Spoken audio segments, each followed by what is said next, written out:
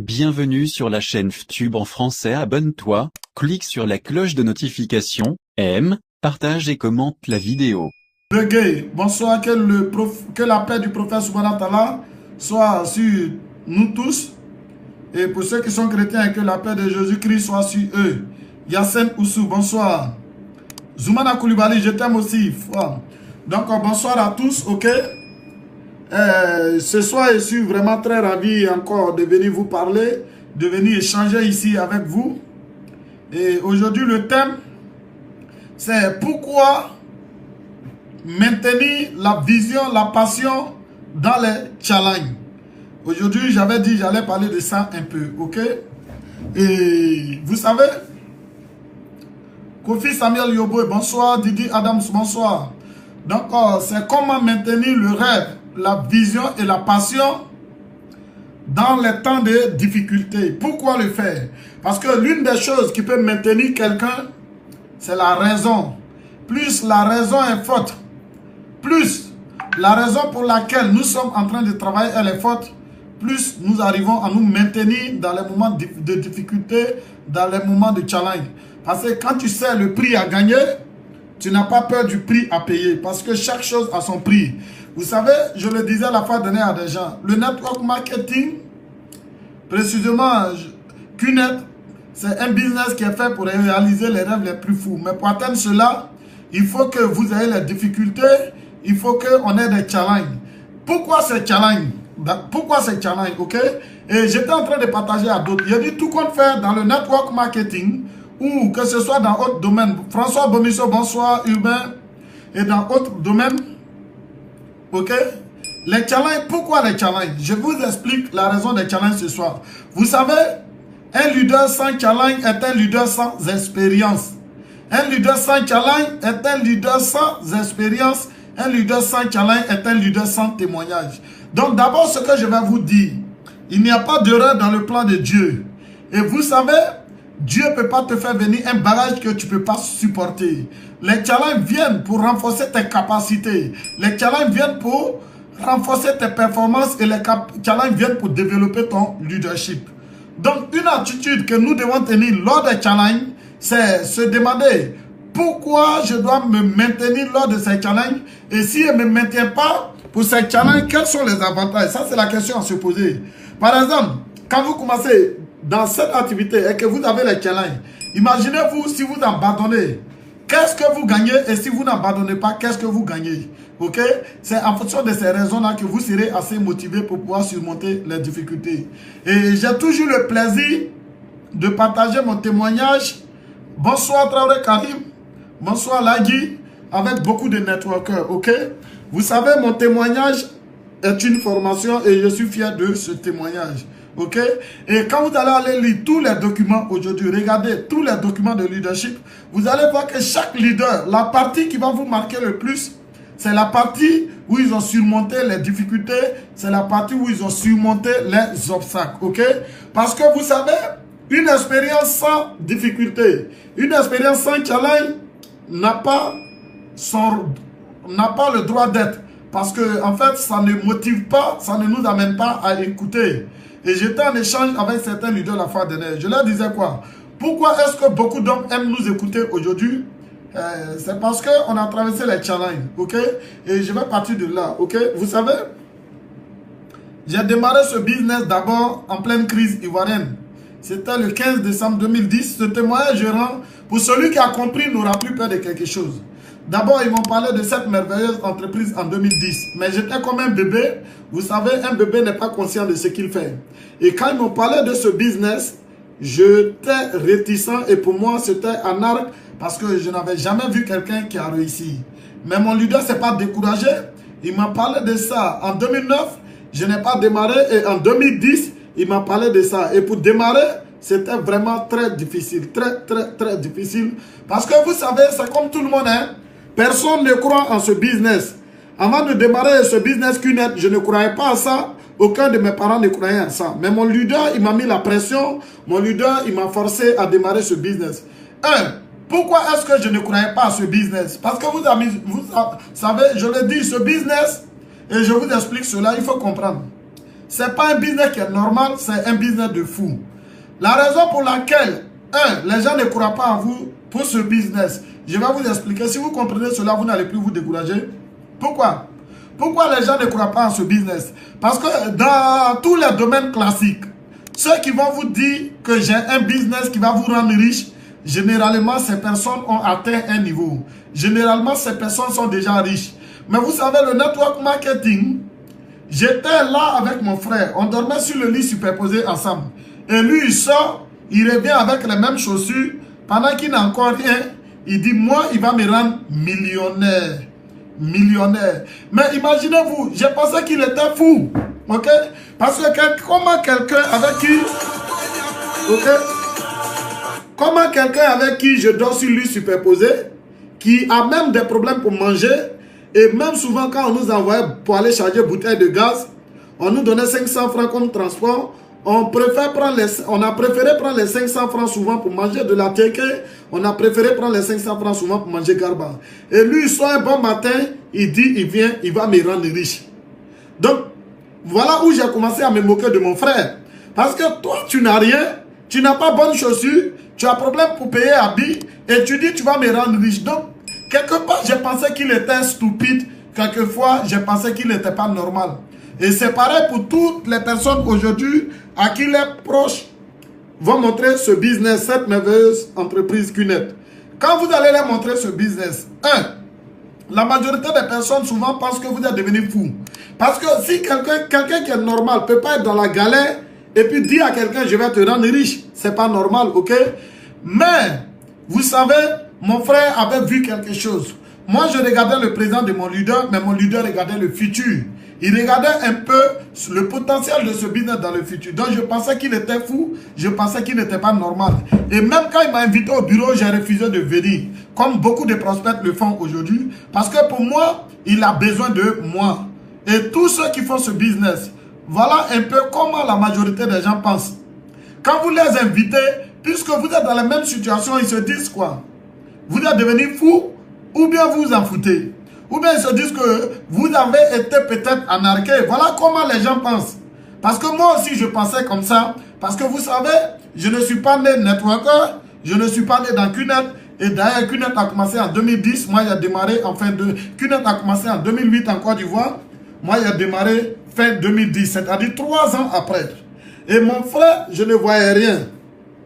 Il m'a parlé de ce business. Arrivé au bureau d'abord, je regardais les gens qui étaient dans le bureau, mais il faut dire, ça faisait pitié parce que la majorité de ceux qui étaient dans le bureau n'avaient pas bonne chaussure, n'avaient pas bon habit.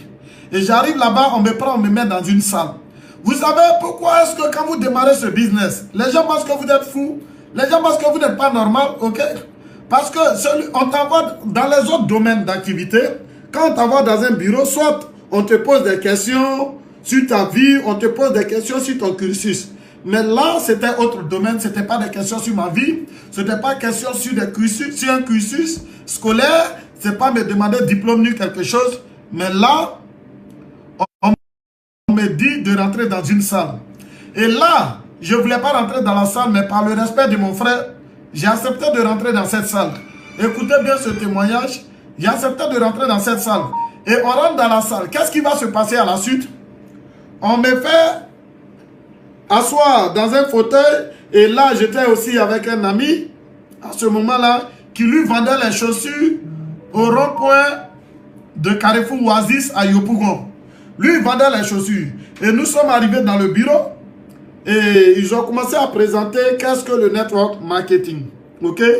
Et quand ils ont demandé qu'est-ce que le network marketing, est-ce que vous connaissez, vous avez déjà entendu parler? J'ai dit oui, je connais. On dit est-ce que tu peux expliquer? J'ai dit non, moi je ne peux pas expliquer, pour moi et dans mon cœur. Pourquoi? Parce que je me suis dit, si je dis et ne connais pas, les gens vont se moquer de moi. Et le présentateur qui s'appelle Kwame Hervé, je me rappelle comme c'était hier, il passe au tableau et il fait la différence entre le marketing et le network marketing. Il dit quoi? Dans le marketing, quand une entreprise fabrique un produit, ça va passer par la publicité, le transport, le stockage et les grossistes. Et en plus de cela, le client final va recevoir son produit. Donc j'ai commencé à m'ouvrir un peu dès qu'ils ont commencé à parler des produits.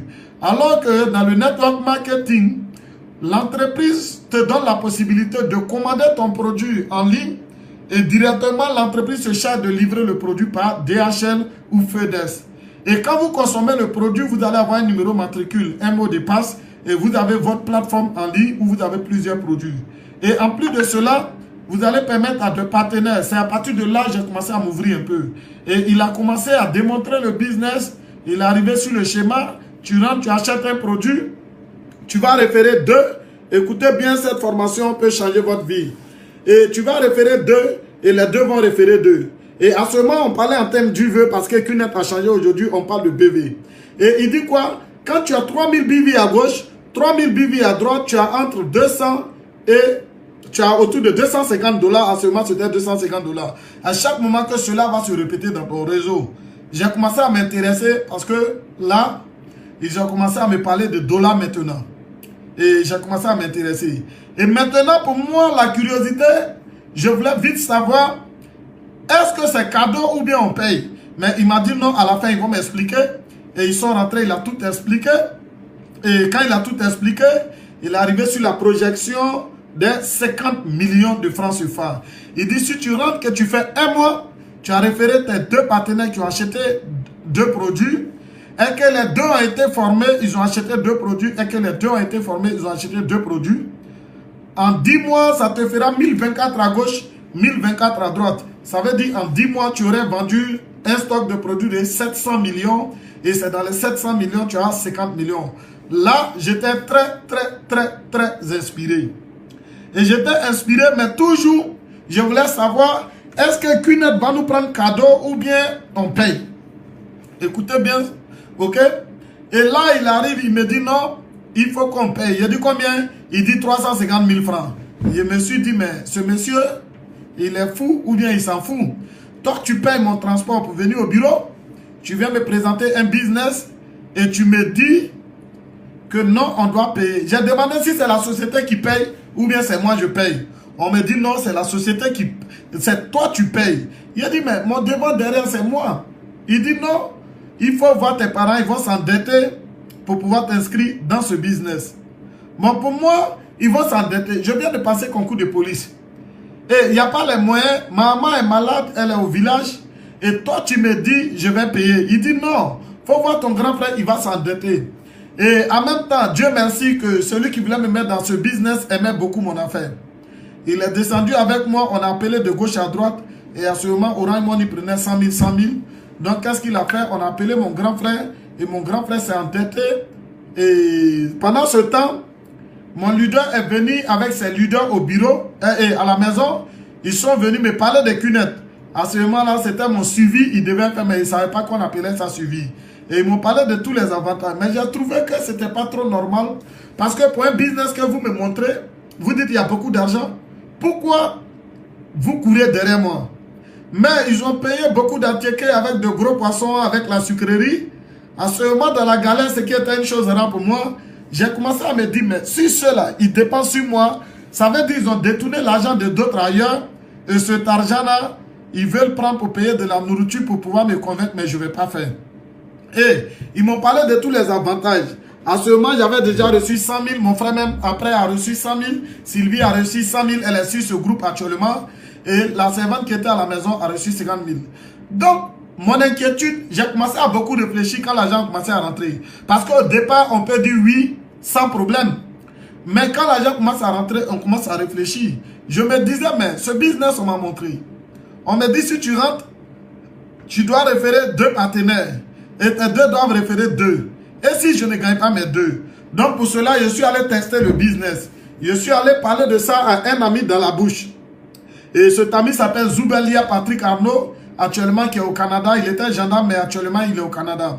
Je lui ai dit, je viens de démarrer un business. Tu viens, tu achètes un produit, tu vas référer 2, les 2 vont référer 2. Il dit quoi? Ça c'est un arc. Ils t'ont déjà arnaqué. Ceci, cela. Il dit, ils ne m'ont pas encore arnaqué. Il dit, non, on t'a arnaqué. Il dit, non, ils ne m'ont pas encore arnaqué. Ok? Et il dit, non, on t'a arnaqué. Vraiment, j'étais choqué, j'étais découragé. Je l'ai laissé. Et en allant, je dis, Dieu merci que je n'ai pas encore démarré ce business. Voilà, Sylvie vient de témoigner. Elle dit oui. Il a dit, Dieu merci qu'ils ne m'ont pas encore eu. Parce que je me suis dit, j'avais eu la chance du fait que je n'ai pas encore démarré et des gens me disent que c'est pas bon. Je suis allé voir un autre ami qui s'appelle Bakaoupo Patrick. Lui, il est gendarme actuellement à Boaké. Ok? Et quand je lui ai dit, il a aussi dit ça, c'est une anarque. Il y a eu vraiment trop d'escroqueries en Côte d'Ivoire, ce genre de choses. Ça ne marche pas, ceci, cela. Il dit, tiens. Et en partant, je dis, mais j'ai eu la chance. Si j'avais démarré ce business, aujourd'hui, je serais en train de pleurer, mais je ne démarre plus le business. Arrivé devant le portail à la maison, mon leader me dit, ah, ton grand frère m'a dit qu'il a fait venir l'autre agent chez toi, que moi aussi il m'a fait venir l'argent, alors tu vas démarrer le business. Je lui ai dit quoi? Il a dit non, moi je ne suis pas de bonne humeur. Il dit non, alors tu as démarré le business. Il a commencé à me parler beaucoup. Il a dit non. Je suis rentré, je me suis couché sur mon lit superposé. Je ne voulais plus démarrer le business parce que déjà, je suis allé voir des gens qui m'ont rejeté. Parce que le business qu'on m'a présenté au tableau dans un bureau, avec tout un document, moi j'ai expliqué en 1 minute à quelqu'un. Vous savez pourquoi les gens parlent mal de QNET? Parce que normalement, pour expliquer QNET à quelqu'un, on l'envoie dans un bureau. On lui présente ça sur un tableau et c'est fait par des gens qui ont de l'expérience. Mais malheureusement, quand ils ont expliqué, je me suis dit non, ça là, il n'y a rien de difficile, on peut expliquer tout dans la bouche. Merci à vous qui mettez les cœurs. Je suis allé me coucher et mon leader Zaka Gouzojan lui est venu. Il dit non, il faut que tu démarres ce business parce que le concours que tu as démarré, ça fait depuis 2004 jusqu'en 2010, tu passes concours, tu n'as jamais été admis à un concours. Donc il faut que tu démarres ce business parce que vos concours que vous avez passés actuellement, on peut annuler. C'était en pleine crise ivoirienne, décembre 2010, pour ceux qui se souviennent. Il dit il faut que tu démarres parce qu'on ne sait jamais. Il dit non, je vais démarrer mais attends. Mais en réalité, je ne voulais plus lui dire oui, je ne pouvais pas lui dire oui.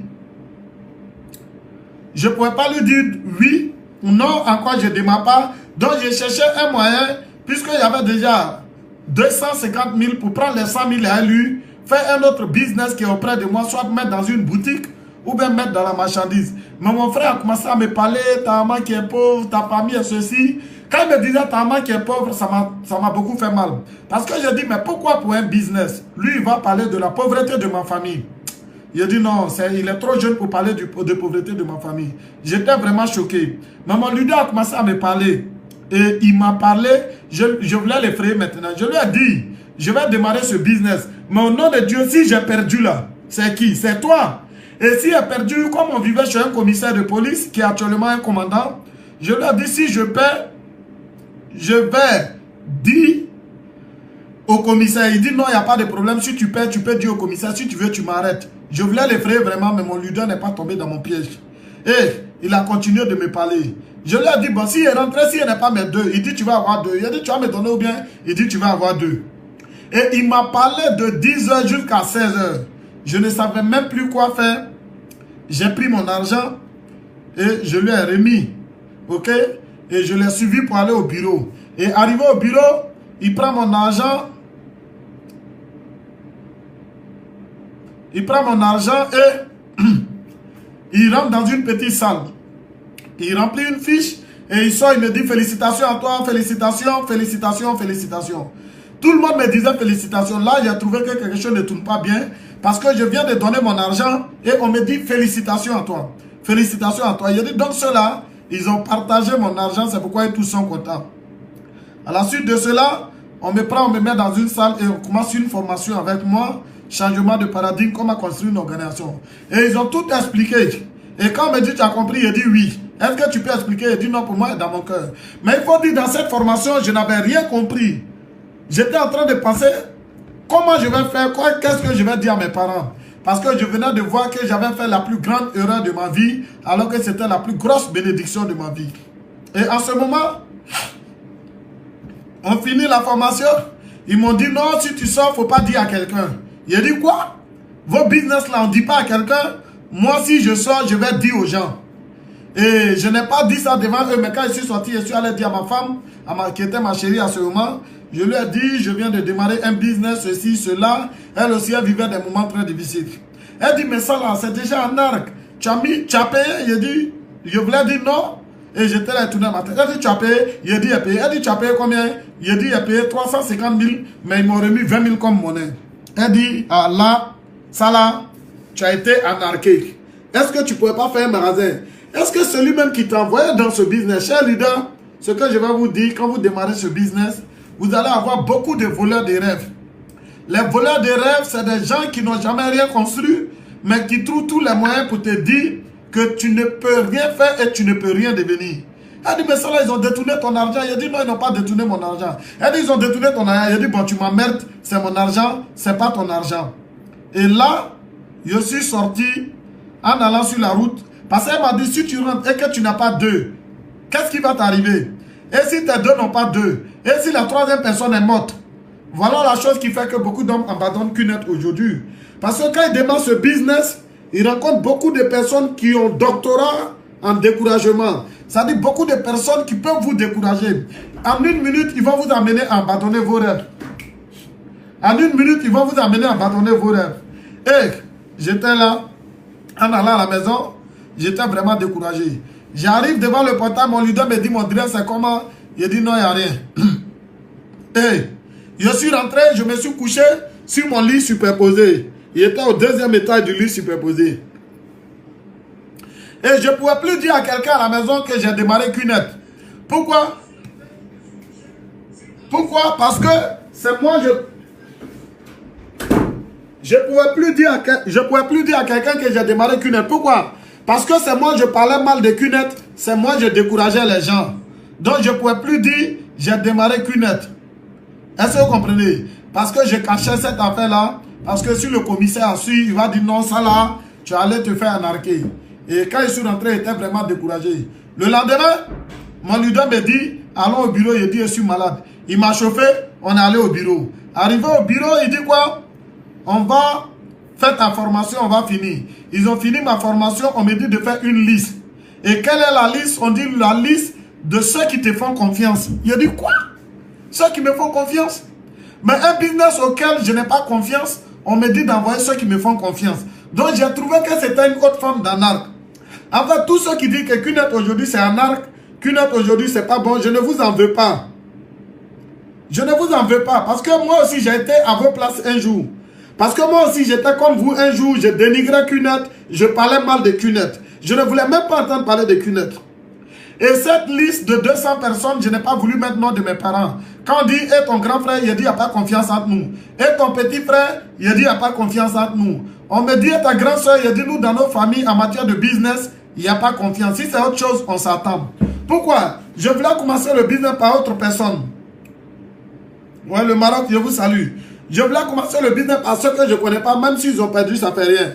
Donc, dans la liste de 200 noms, je n'ai pas voulu mettre le nom d'un parent. J'ai commencé les présentations, 5 présentations, 10 présentations. Mais en ce moment, je ne me sentais pas dans QNET.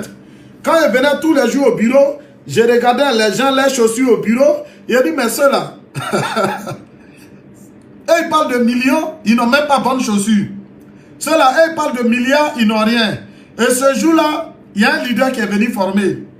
Et tout le monde se lève pour l'applaudir. Il dit, moi, je ne peux pas me lever pour applaudir. Et ce leader a commencé à former. À la fin, j'étais motivé et j'étais très content.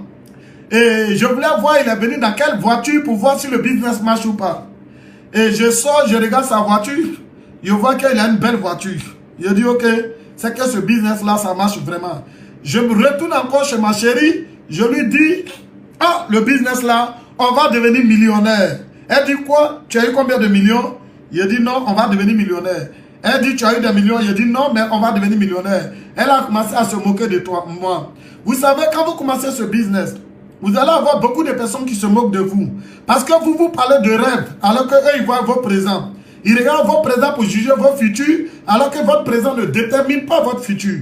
On peut faire un business où il y a beaucoup de millions dedans, mais traverser les étapes difficiles.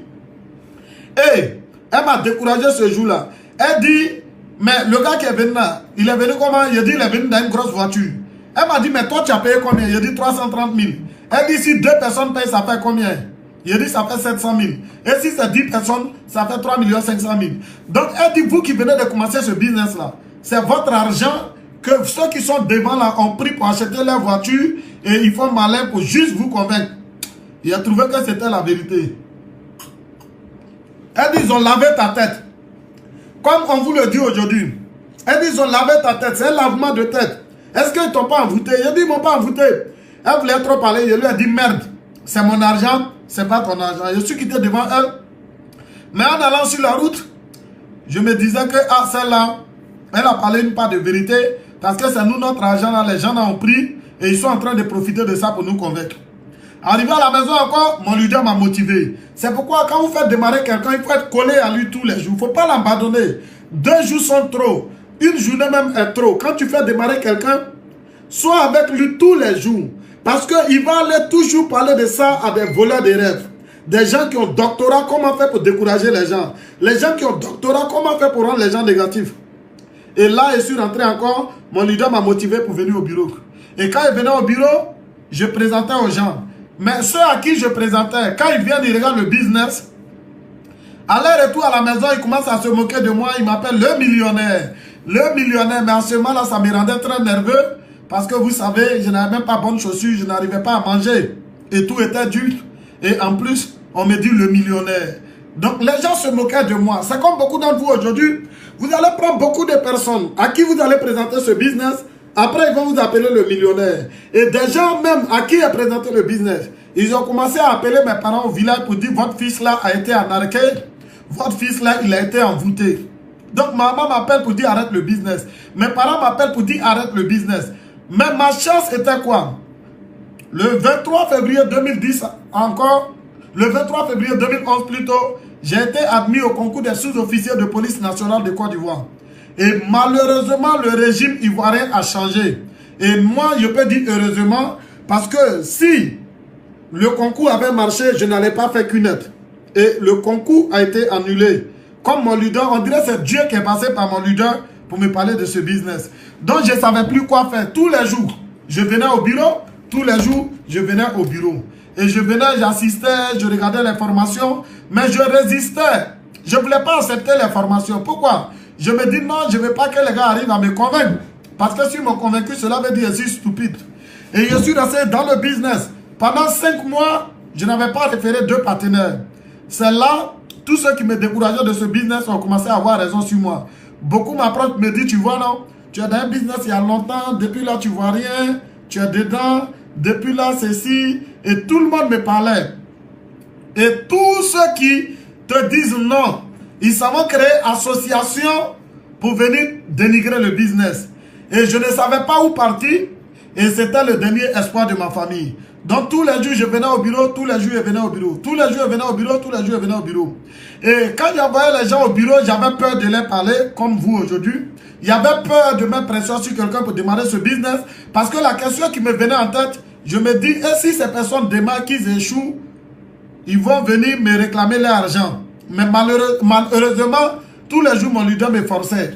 Et je venais, c'est à partir de cela, j'ai commencé à faire des recherches sur l'industrie du marketing de réseau, sur où ça démarrait, comment ça démarrait, ceci, cela. Et il y a eu une première formation au palais de la culture de Trashville. Ça, c'était l'arrivée de Chief Patman en Côte d'Ivoire. Et quand on est arrivé à cette formation, il a partagé son expérience. Ça m'a beaucoup motivé. Après cela, je n'avais toujours pas mes 2 partenaires. Après 6 mois, mes leaders ont mis un à ma gauche, un à ma droite. Mais ces 2, après quelques semaines, sont allés s'asseoir. Donc, je suis revenu à 0. J'étais aussi découragé. Et j'avais arrêté de faire le business pour quelques jours. J'ai dit à mes leaders, ils n'ont qu'à me laisser réfléchir d'abord. Ils n'ont qu'à me laisser pour peu de temps. Je vais aller faire quelque chose. Si le business marche, je vais réussir. Si je fais quelque chose que ça marche, je vais avoir transport. J'aurai un peu de moyens pour faire le business, mais pour le moment, je ne vais pas faire le business. Mais le leader me dit non, fais venir tes parents, fais venir tes amis. Il a dit non, mes parents sont pauvres. Ma famille n'a rien. Moi-même, j'ai mis l'argent dedans. Je n'ai rien eu. Vous voulez que j'envoie mes parents. Si moi seul ai perdu, c'est bon. Mais si tous mes parents perdent là, ils vont me maudire. Mes leaders ne m'ont pas écouté. 7 mois, 8 mois, 9 mois, merci pour tous les cœurs. 9e mois, j'ai pris un gars comme ça, appelé Bébé Jérôme Aristide. On était dans le quartier ensemble. Je lui ai présenté le business. Et avec toutes les difficultés, il vient, il démarre le business. Lui, il rentre aujourd'hui, on le forme, et le lendemain, il fait inscrire son petit frère. Mais j'ai pensé qu'il était fou. Il a dit, mais toi-même, tu es rentré dans un business, tu n'as encore rien eu. C'est ta famille, tu veux faire venir. Mais c'est pas grave, s'il a perdu, c'est pas ma famille. Parce qu'il faut dire au départ, ce que j'envoyais dans ce business, c'était pas parce que je croyais au business. Mais juste c'était pour les sacrifier dans le business. Même s'ils ont perdu, c'est pas moi. Lui, il est venu en une semaine, il a gagné sa première commission. Mon un côté a commencé à partir et mon un côté à 1. Et un mois après, il devient stand 4. Moi, mon un côté ne bouge pas toujours. Je suis resté là, j'ai un jeune que je ne connais pas bien qui m'appelle du nom de Tando Landry. Il dit, cherche business. Il dit, ok, j'ai un business qui va changer ta vie, qui va te permettre de devenir millionnaire. Viens, 350 000. Il dit, non, lui n'a pas l'argent. Il dit, dis à tes parents de prendre crédit. Puisque moi-même, mes parents ont pris crédit, c'est travail de blanc, il n'y a pas cadeau. Ok? Et lui, il est allé, il s'est endetté, il est venu, il a démarré le business. Donc, ça faisait 2 personnes sur mon petit côté, plus de 12 personnes sur mon grand côté. Quand lui, il a démarré le business, je suis allé voir un de mes tontons qui est avocat aujourd'hui, Maître Toali. Je lui ai parlé de ce business, j'ai parlé de ça à sa femme. Lui, il a dit, ah, comme à cause de moi, il va faire le business, parce que moi, je ne peux pas vivre chez lui et puis l'arnaquer. Et il est venu, il a démarré le business. C'est là que j'ai eu ma première commission. Et mon ami Landry, il envoie un de ses tontons qui est militaire. Lui, il vient, il voit le business, il dit, demain, je fais 3 achats. Et il est venu, il a fait ses 3 achats. Et dans la même semaine, j'ai appelé mon petit frère parce que je devais les positionner maintenant. J'ai commencé à avoir confiance un peu. Mon petit frère, mon grand frère, ils se sont endettés, ils se sont inscrits dans le business. Et je suis passé à $500 la semaine. Et on a commencé à développer le business, développer le business. En 2012, c'est là que j'ai déménagé dans mon studio de 50 000 francs. Et en plus de cela, j'ai acheté ma première voiture où je n'avais même pas de permis. Et j'ai pris un chauffeur. Vous savez, ce business est très bon. C'est à partir de cela qu'on a commencé à faire les formations. Mais en 2012, après quelques temps, les journaux ont commencé à mal écrire sur QNET. Les journaux ont commencé à parler mal de QNET, c'est un arc. D'autres ont commencé à dire non, c'est franc-maçon. D'autres ont commencé à dire non, c'est sorcellerie. D'autres disent non, arrivé à un certain niveau, ils vont te donner ça humain. Ça fait que tout le business s'était arrêté. C'était vraiment très difficile. Maintenant, j'avais compris le sens pourquoi faire le business. Parce que là, j'ai eu mes rêves. Et mes rêves, c'était quoi? De réussir, faire venir ma maman à Abidjan. Ok? Parce qu'elle va venir voir Abidjan, un jour elle va venir vivre à Abidjan avec moi. Et ce sont ces rêves qui ont commencé à me maintenir dans le business. J'avais déjà mis ma famille. Je ne pouvais plus abandonner. Et des gens aussi m'avaient fait confiance, ils me suivaient. 2012, c'était devenu dur encore. Malgré que, parce que vous savez, ce business, c'est commission. J'ai pris la première commission, mais à un moment, c'est devenu dur. 2012, c'était compliqué. 2013, c'était compliqué. J'étais dans un studio que je n'arrivais pas à payer où le propriétaire a voulu me chasser. Je me souviens que devant Dieu, un jour, mon fils voulait boire Baka seulement 100 francs. Je n'ai pas eu ces 100 francs. Je soulève le lit pour regarder en bas, rien. Mais mes leaders me disaient quoi? Tiens à ton rêve. Un jour, si tu tiens à ton rêve, ça va se réaliser. Il faut rêver grand. Crois en tout ce que tu veux. C'est là on regardait des vidéos sur Dubaï. On regardait certaines vidéos, ceci, cela. Et on était dedans. 2013, j'avais voulu abandonner. Quand j'ai commencé à QNET, je n'avais jamais connu crédit. Mais à QNET, j'ai été endetté. Et c'était très difficile. C'est à ce moment-là, beaucoup abandonnent. Mais mon rêve me tenait à cœur. J'étais dedans, j'étais dedans, j'étais dedans. Quelqu'un qui a eu les commissions qui se retrouve à zéro, c'est pas facile. Et 2013, il y a eu une formation au Burkina Faso où TJ Quintana est venu et il a partagé comment ils ont commencé QNET avec beaucoup de difficultés et ils ont réalisé les rêves. VP Ad lui aussi est venu rendre son témoignage. Il dit non, quand il a commencé ce business, lui il a fait mass out, il est revenu à zéro, il a repris. Il était la seule personne dans notre équipe, dans notre bureau où je me suis endetté pour aller au Burkina Faso. Parce qu'il faut dire, il y a des personnes qui avaient commencé ce business avant nous. Mais ces personnes ne croyaient plus en ce business. Beaucoup de nos leaders qui disaient que ce business marche, qui disaient que ce business rend millionnaire, et tous avaient disparu. Même quand on commençait le business, il y a certains qui nous disaient qu'ils avaient démissionné à cause du business. Mais quand c'est devenu dur, ces personnes ont repris leur boulot. Et on s'est retrouvés coincés. Nous autres, on n'avait pas autre boulot à côté. On ne savait plus où partir. Et on s'est donné présentation. Certains ont commencé à dire non, les réalités de ce business sont devenues difficiles. Les prospects ont gâté le marché. Ceux qui ont démarré, qui ont échoué, ceci, plusieurs excuses. Quand je suis quitté au Burkina Faso, je suis passé à $1000 la semaine. J'ai motivé mon équipe. J'ai fait la première réunion au bureau 15. Et quand on a fait cette réunion, j'ai redonné une autre vision. J'ai commencé à parler de rêve à mes directs. J'ai commencé à leur dire, grâce à ce business, un jour, on va construire des grosses maisons. Un jour, on va acheter de grosses voitures. Un jour, on sera multimillionnaire. Et je disais à mes directs, je les maintenais matin, midi et soir. À 6 heures, je suis au bureau. On se fait former sur les 8 raisons de l'échec. On travaille. Beaucoup de leaders ont commencé à dire, le business ne peut plus avancer. Cher leader, je vous rends ce témoignage ce soir, écoutez bien parce que ça peut vous arriver ce qui m'est arrivé. On était dans un bureau que les leaders payaient. À un moment, tous ceux qui ont commencé le business avant nous, on dit qu'ils ne peuvent plus payer le bureau parce que le business est devenu compliqué. Donc le business ne peut plus avancer. Ils ont commencé à abandonner. Et les leaders ont dit qu'ils vont fermer le bureau. Mais je leur ai dit, si vous voulez fermer le bureau, je serai le nouveau responsable de bureau. Imaginez-vous, des gens qui ont commencé qu'une heure avant toi, qui ont gagné 5 000 $, 10 000 $, qui sont dans un bureau et qui travaillent, et après qui te disent le business où c'est arrivé, ça ne peut plus marcher, et qui abandonnent le business. Là, il faut avoir la foi pour continuer le business. J'ai dit, je vais être responsable de bureau.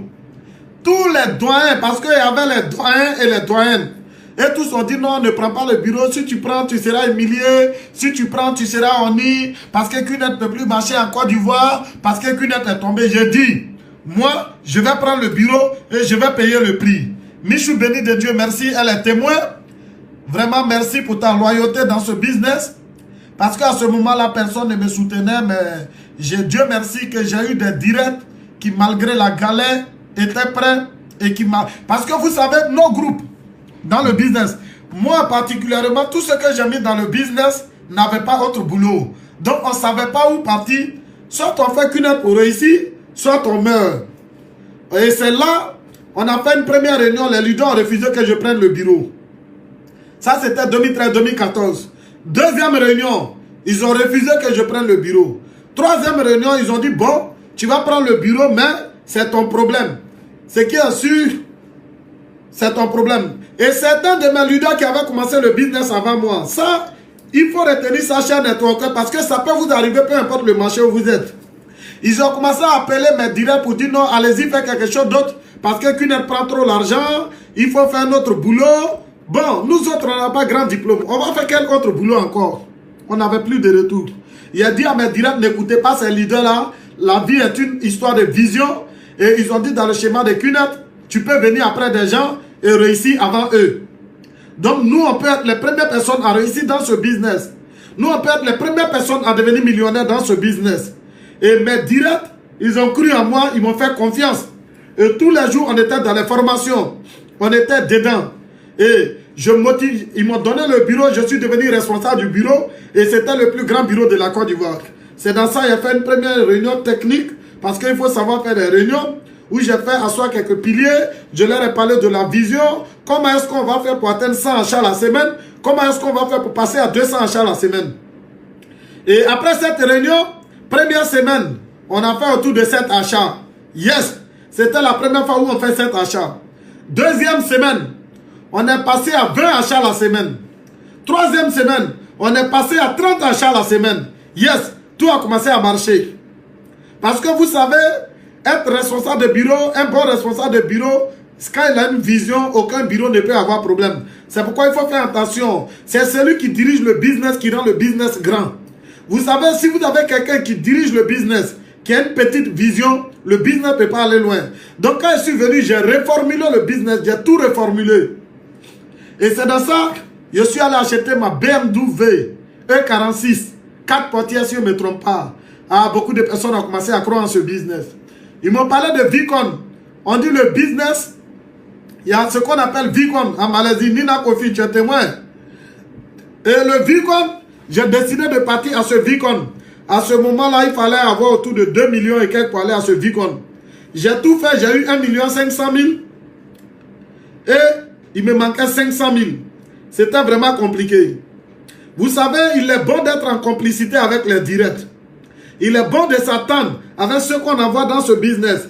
Et il est bon d'être honnête envers ce qu'on envoie dans ce business. Il ne faut jamais abandonner ce qu'on envoie dans ce business.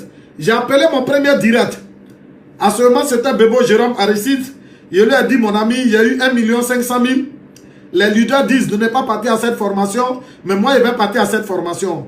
Mais la semaine prochaine, il y aura une commission qui vient. Donne-moi crédit 500 000.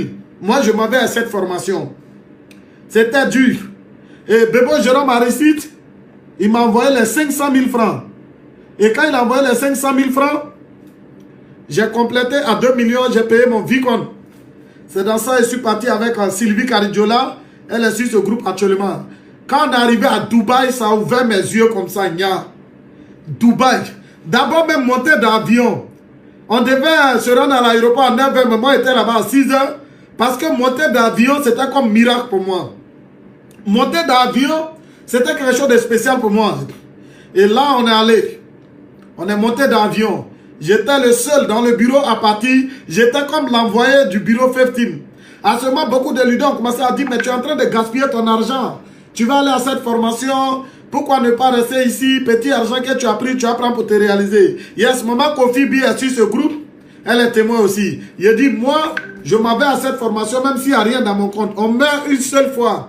On meurt une seule fois et je vais à cette formation. Ce qui se passe là-bas, je vais voir aussi. On est arrivé à Dubaï. J'ai commencé à prendre les photos partout. C'était vraiment quelque chose de grand pour moi parce que imaginez quelqu'un qui même avoir transport pour aller au village se retrouve en train de payer billet d'avion de lui-même pour aller à l'extérieur. Quand on est arrivé à Dubaï, après on a pris autre avion, on est allé en Malaisie. Et arrivé à Malaisie, c'est là tout a changé dans ma tête. C'est là ma manière de voir a changé. Parce que quand arrivé à Malaisie, on est arrivé à Kuala Lumpur et la formation se passait à Penang. Quand on est arrivé à Kuala Lumpur, il fallait prendre maintenant. On a mangé là-bas la nuit là. C'était ma première fois de manger KFC. Ok, c'était vraiment merveilleux. Un souvenir inoubliable. Est-ce que vous comprenez? C'était vraiment merveilleux. Arrivé à Kuala Lumpur, on a pris un cas pour aller à Penang. Arrivé à cette formation, c'est là que j'ai compris. Parce que quand j'étais en Côte d'Ivoire ici, on pensait que le business c'était pour ceux qui n'ont rien à faire. On pensait que le business c'était pour les désespérés. Mais quand je suis arrivé là-bas, j'ai vu des gens de 70 ans, 80 ans. J'ai vu des gens de 90 ans qui font mass out. Leur enfant fait mass out, petit enfant fait 15 000 $. J'étais sur l'ordinateur en train de prendre quelques e-vouchers. Il y a une petite fille qui vient. Je vois dans son compte, il y a plus de 50 000 $. Une indienne. Il a vu, mais le business, qu'on se moque de ça en Côte d'Ivoire. Le business, qu'on s'amuse à ça en Côte d'Ivoire. Les blancs courent derrière ce business. Les blancs courent pour chercher place. J'ai compris pourquoi nous, les Africains, on était en retard. Parce qu'un business derrière lequel les pays développés courent. Un business où les gens des pays développés se battent pour faire. Avec passion, avec énergie. Nous, on a honte de faire ce business. Mais si on a honte de se faire ce business, c'est qu'on ne deviendra jamais rien. On était parmi 18 000 personnes. Et mon rêve, c'était de toucher Dato Sirivige Eswaran.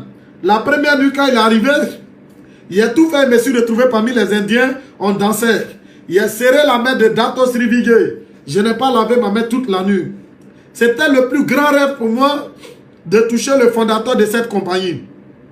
Et il a fait les formations pendant les 3, 4 nuits, 5 nuits, 3, 4 nuits.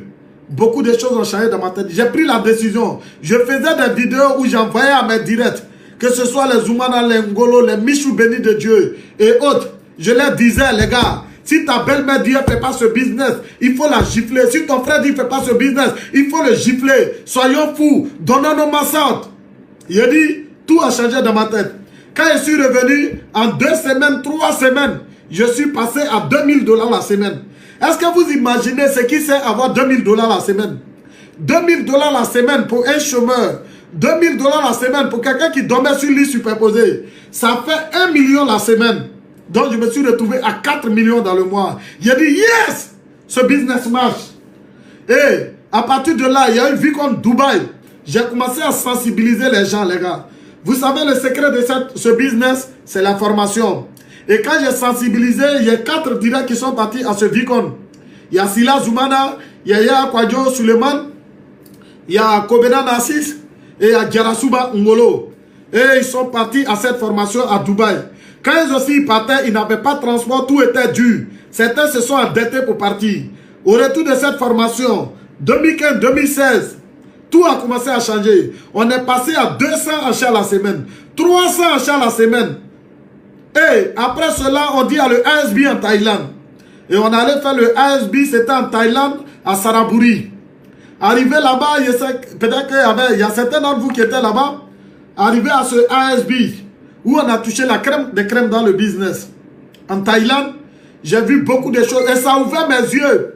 Parce que vous savez, aller voir certaines choses, aller toucher la réalité. D'abord en Malaisie, quand j'ai vu le siège de QNET, ça a changé ma tête. Parce qu'une entreprise qu'on dit c'est pas sérieux et c'est un siège au milieu de Kuala Lumpur, c'est que c'est pas n'importe quelle société. Et là, on a fini la formation en Thaïlande. Après cela, on était dans un hôtel Hilton. C'est un hôtel 5 étoiles, l'un des plus beaux hôtels de Bangkok. C'est là que j'ai fait la connaissance et j'ai eu à échanger en direct avec le VP David Chama. Il m'a dit, tu as quel niveau dans le business? Tu as combien de personnes? Il a dit, non, il y a autour de 5000 personnes dans mon équipe. Il dit, mais est-ce que tu fais le massage? Il a dit, non, il ne fait pas le massage. Il dit, pourquoi? Il a dit, non, bon, on rencontre telle difficulté, on rencontre ceci, on rencontre cela. Il dit, je vais te rencontrer une histoire aujourd'hui. Vous savez pourquoi en Afrique vous êtes pauvres? Il a dit, ah, mais lui là, pourquoi il parle mal comme ça? Il dit, les Africains sont des gens qui ont trop d'excuses. Le peuple qui a le plus d'excuses sur la terre, ce sont les Africains. Les Africains, ils ont toujours des raisons pour ne pas évoluer. Et il a dit, raconter l'histoire d'un gars. Il dit quoi? Il dit, ils ont posé la question à un formateur. Et c'était la première fois qu'il me parlait dans le livre Dangote. Et ils ont demandé au formateur, si on te vend le cerveau d'un noir et le cerveau d'un blanc, tu paies le cerveau d'un blanc à combien et le cerveau d'un noir à combien?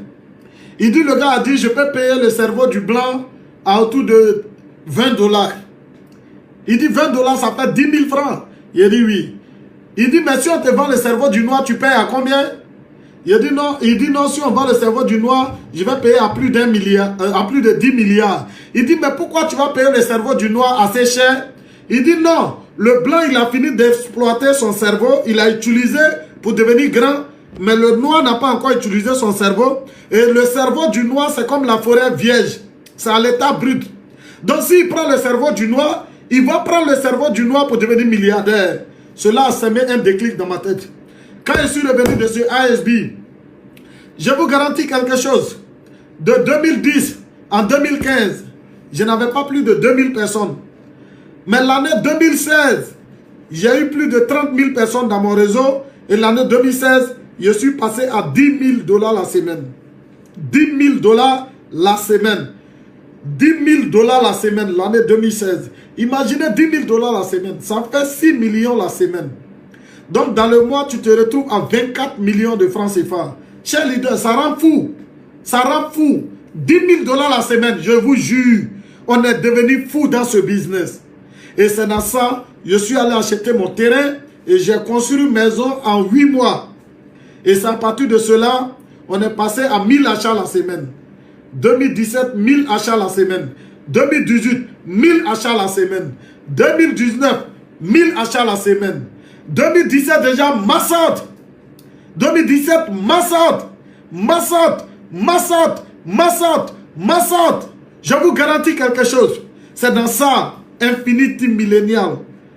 2018, 2019, tout est parti. Et jusqu'au jour d'aujourd'hui, toute ma vie a changé.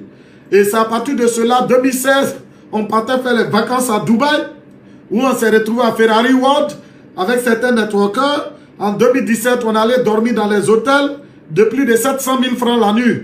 Ok? On allait dormir à Burj Khalifa. Ma femme et moi, c'était vraiment merveilleux. Où la nuit faisait plus de 700 000 francs la nuit. Et on allait dans les magasins acheter les chaussures de 500 000 francs la nuit. Et 2018, tout a changé. 2019, tout a changé. Jusqu'au jour d'aujourd'hui, ma vie a changé. Ok? Et aujourd'hui, Infinity Millennial a plus de 100 et quelques mille personnes. Infinity Millennial, aujourd'hui, est en train de prendre tout le marché. Et actuellement, on est en train de prendre tout le marché de l'Afrique. Parce qu'on est en Afrique de l'Ouest, on est en Afrique centrale. Et aujourd'hui, on est rentré un peu en Asie. on est rentré aux États-Unis et bientôt on va atteindre la Chine. Les gens qui pensent que ce business est fait pour la Côte d'Ivoire seulement, c'est pas fait pour la Côte d'Ivoire seulement. On va aller conquérir le marché des Blancs. Aujourd'hui, ça me fait 10 années d'expérience dans le network marketing. Un voyage magnifique. Maintenant, ce que je vais vous dire par là, chers leaders, ce business, une des choses que je vais vous dire, c'est la persévérance, la vision et le rêve. Ce qui m'a amené à me maintenir pendant les moments difficiles, c'était le rêve.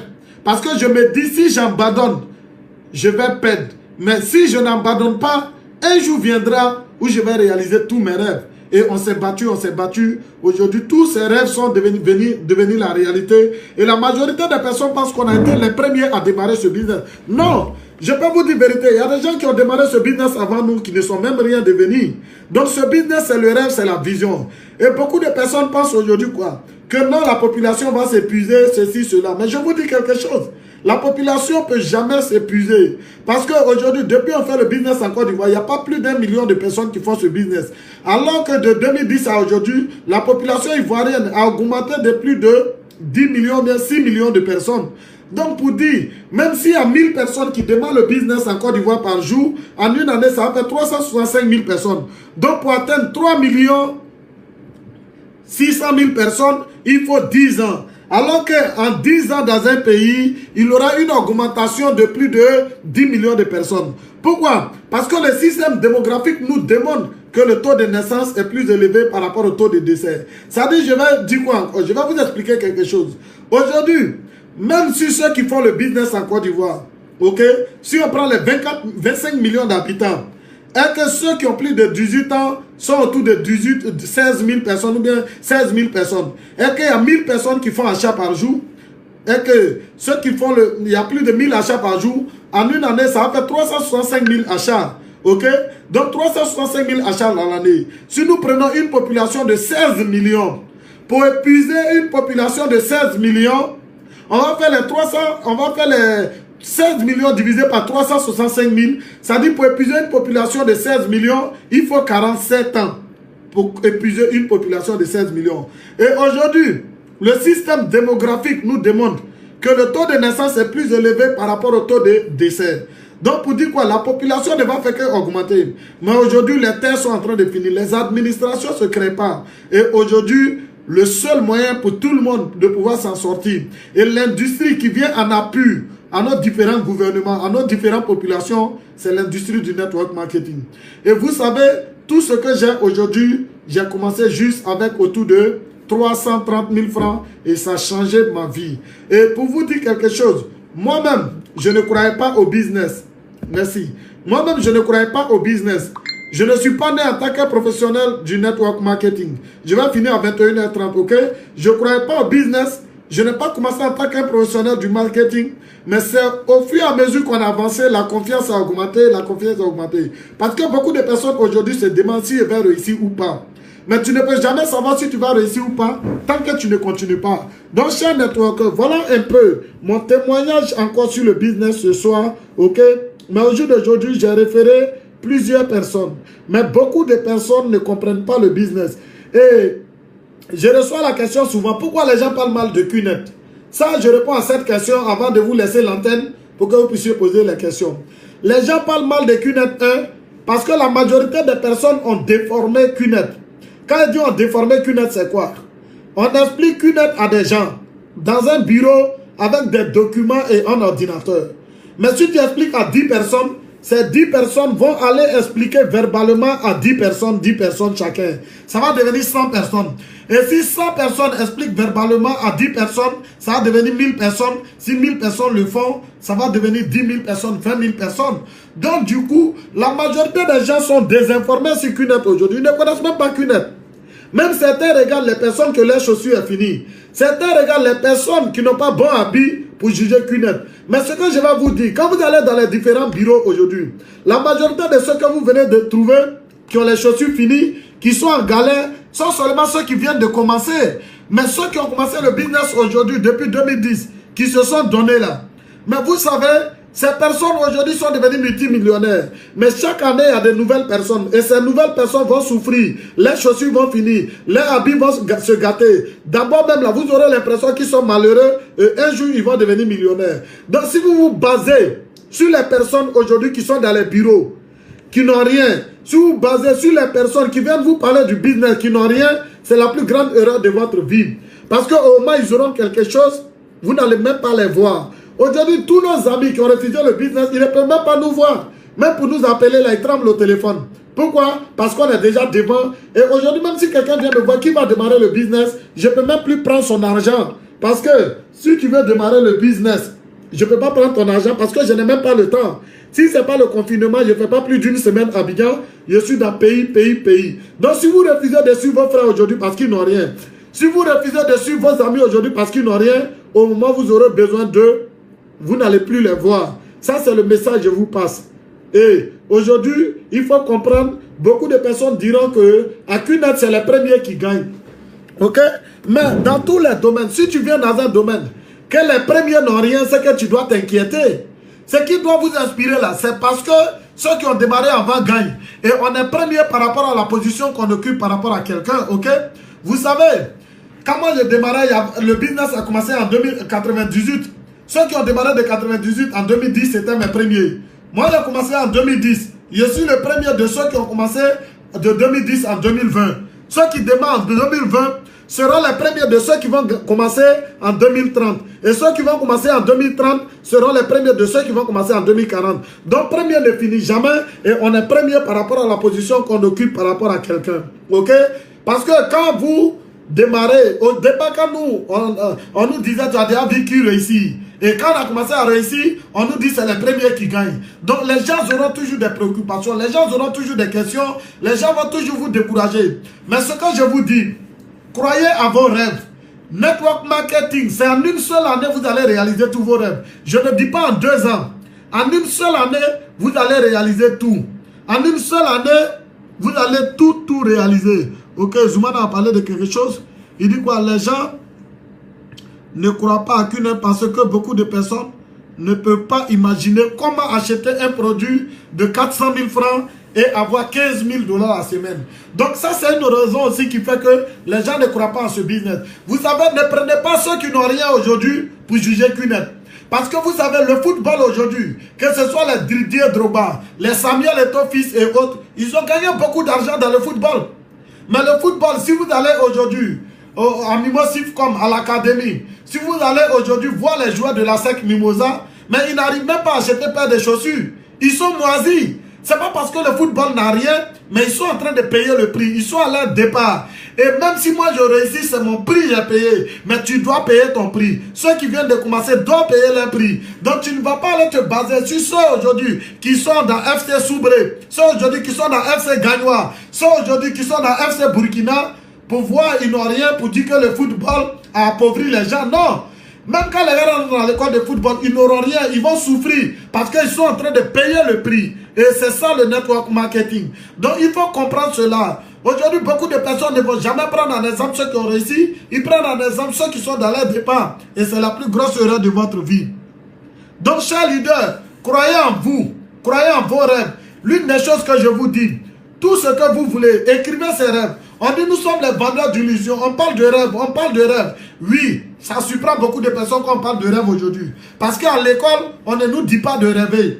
Et si tu travailles pour une entreprise traditionnelle, ils ne vont jamais te dire de rêver. Pourquoi ils vont te parler de rêve? Parce que c'est le patron qui rêve dans une entreprise traditionnelle. Il a ses objectifs, il a ses rêves. Et il établit pour venir vous amener à exécuter. Et après, les enfants se retrouvent dans les meilleures universités, dans la meilleure école. Donc, c'est de la même façon. Aujourd'hui, nous, dans le network marketing, on nous parle de rêver. Pourquoi? Parce que plus tu rêves, plus l'entreprise devient grande. Et plus tu réalises tes rêves, plus l'entreprise devient grande. Alors, dans les affaires traditionnelles, si tu commences à trop parler de rêves, tes patrons vont te renvoyer. Les entreprises traditionnelles n'aiment pas les rêveurs. Pourquoi? Parce que si tu rêves, tu es un bon employé. Si tu rêves, tu vas aller créer ton entreprise. Mais si tu crées ton entreprise, qui va travailler pour ton patron? Donc vos patrons vous empêchent de rêver parce que juste, si vous rêvez, vous êtes un danger pour eux. Parce que dans les entreprises traditionnelles, ce sont les personnes intelligentes qui servent. Ce sont les personnes intelligentes qui travaillent. Donc du coup, si vous commencez à trop rêver, ils vont vous empêcher de rêver ou bien ils vont vous renvoyer. Mais dans le network marketing, on dit à tout le monde de rêver. Parce que, vous savez, tout voyage commence par un rêve. Et le monde a commencé par un rêve. Ok? Vous savez, même pour construire une maison, c'est un rêve. Pour acheter une voiture, c'est un rêve. Tout ce que nous faisons dans la vie, c'est un rêve. Et chers leaders, rêvez. Les gens vous diront tu rêves trop grand. C'est pas possible, c'est sûr cela. Chers leaders, ne laissez pas les voleurs de rêves voler vos rêves. Ok? Parce que vous savez, ce sont les rêveurs qui ont construit ce monde. Le propriétaire de Facebook est un rêveur. Tout le monde est un rêveur. Ok? Infinity, l'idée de créer Infinity a commencé en 2015. Ok? Et quand VCC arrive, tous les voleurs de rêves disparaissent. Les voleurs de rêves, ceux à qui il peut parler là, c'est les petits là, ceux-là vous parlez, mais vous ne pouvez pas venir nous parler. Ok? Donc maintenant, j'ai beaucoup parlé aujourd'hui de rêves. Je veux les questions pour répondre. 3 questions seulement, je réponds et je vous laisse.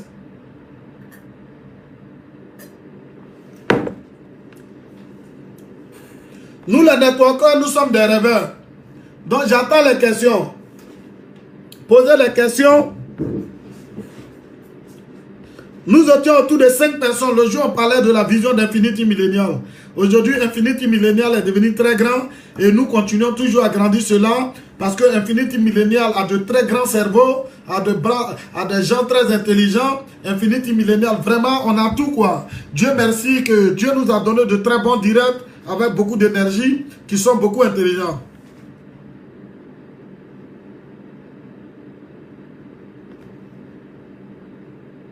Non, les gens disent nos stratégies ne sont pas bonnes, nous mentons aux gens. Non, il ne faut pas confondre. Ceux qui mentent aux gens, ce n'est pas bon. Ce business, j'ai fait 95 présentations avant d'avoir mes 2 parce que je ne peux pas mentir à quelqu'un pour faire démarrer le business. Ce business, c'est 1 envoie 2. Et ce business, la majorité de vos leaders, en 6 ans, sont devenus millionnaires. Bon, je vois certaines personnes aujourd'hui qui vont mentir sur votre boulot pour faire venir quelqu'un à QNet. Mais sur le boulot que tu mens là, tu connais combien de millionnaires là-bas? Tu ne connais pas de millionnaires. Vous savez, on ne peut pas cacher le soleil avec la mer. Donc ceux qui mentent là, ce n'est pas de bonne stratégie, il faut arrêter ça. Vous allez voir, dans aucune de mes vidéos, je vais encourager quelqu'un à mentir. On ne peut pas construire une entreprise dans le mensonge. Si moi j'ai fait 10 ans aujourd'hui, c'est parce qu'il y a 10 vérités à mes premières personnes. Ils ne sont pas obligés d'aimer, ils ne sont pas obligés de croire, mais la vérité, c'est la vérité. Donc dans ce business, si vous voulez réussir dedans, soyez très honnête avec vos proches, soyez très honnête avec vos amis. Ne leur faites pas de fausses promesses. Ok? Parce qu'aujourd'hui, moi-même, je traque ceux qui mentent. Si aujourd'hui, je vois quelqu'un qui a menti sur quelque chose pour faire venir quelqu'un à QNet, moi-même, je vais porter plainte contre toi. Parce que vous avez toutes les preuves vivantes aujourd'hui qui ont réussi dans ce business. Regardez, au moment où nous on commençait ce business, il n'y avait pas de modèle de réussite, mais on n'a pas menti aux gens. Donc, ce n'est pas aujourd'hui où il y a beaucoup de modèles de réussite, vous allez mentir aux gens. Ça, c'est les brebis galeuses. Pour tous ceux qui le font, il faut arrêter. Si la famille ne te suit pas quand tu démarres le business, tu suis ton rêve. Est-ce que tu as le même rêve que ta famille? Tu n'as pas le même rêve que ta famille. Ok?